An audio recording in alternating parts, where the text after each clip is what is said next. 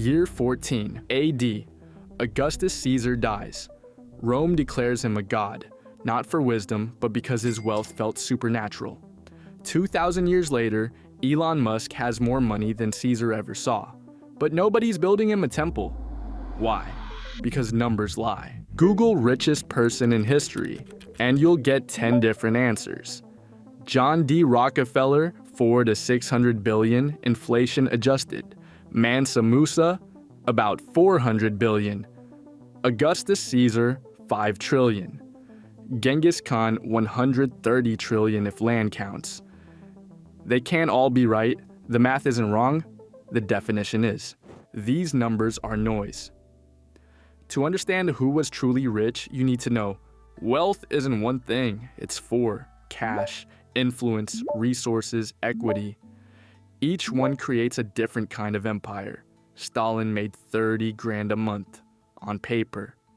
In reality, he controlled an economy worth $10 trillion. He didn't need money. He was the money. He could take yours or your life. Mansa Musa ruled half of the world's gold supply. When he went on pilgrimage, he flooded cities with so much gold that prices crashed for 10 years. That's not wealth. That's a natural disaster shaped like a man. Rockefeller once owned 2% of the US economy.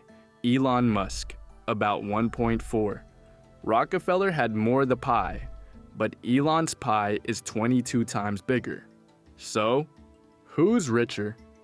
Depends which question you ask. 1913. America. No antibiotics, no air conditioning, life expectancy. 53. After spanning almost a century of eventful life, John D. Rockefeller Sr. dies in his 98th year. Rockefeller died at 97. Fighting disease is cured today with one pill.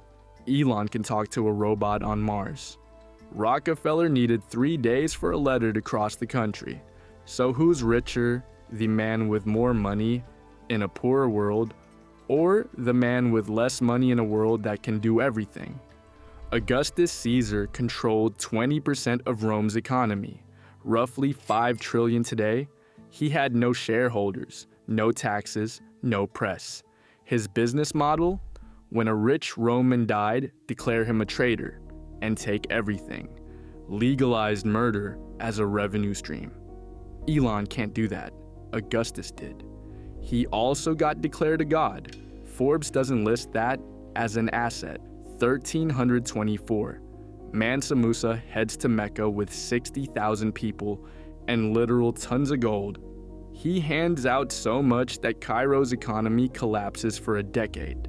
Historians say he controlled half the world's gold, worth hundreds of billions today. But we have no tax returns, no balance sheets, just stories. That's like estimating Elon's net worth from TikTok. Genghis Khan ruled 20% of Earth's land. That's $130 trillion in territory. But personally, he owned nothing. He slept in tents, ate with his soldiers, wore their clothes, and asked for an unmarked grave. His wealth would control, not cash. And control isn't wealth. So, who was the richest? It depends what you mean. Biggest share of their economy? Rockefeller or Caesar? Most raw power? Stalin or Genghis? Most gold? Musa. But the largest verifiable fortune in the strongest economy ever built. That's Elon. Rockefeller had more pie, but the pie was tiny. Caesar ruled 50 million people without electricity. Musa had gold, but no rockets. Elon's $400 billion builds cars, satellites, and space programs. His money isn't ancient, it's usable, scalable, documented, and that makes him the richest human ever. But in 100 years, someone will upload why Elon Musk was poorer than the first trillionaire. Because wealth isn't a number, it's what you can do with it. Augustus couldn't call a doctor. Rockefeller couldn't make a video call. Mansa Musa couldn't reach orbit. Elon can. And one day, someone will say, Elon couldn't do that. What a peasant, wealth is relative.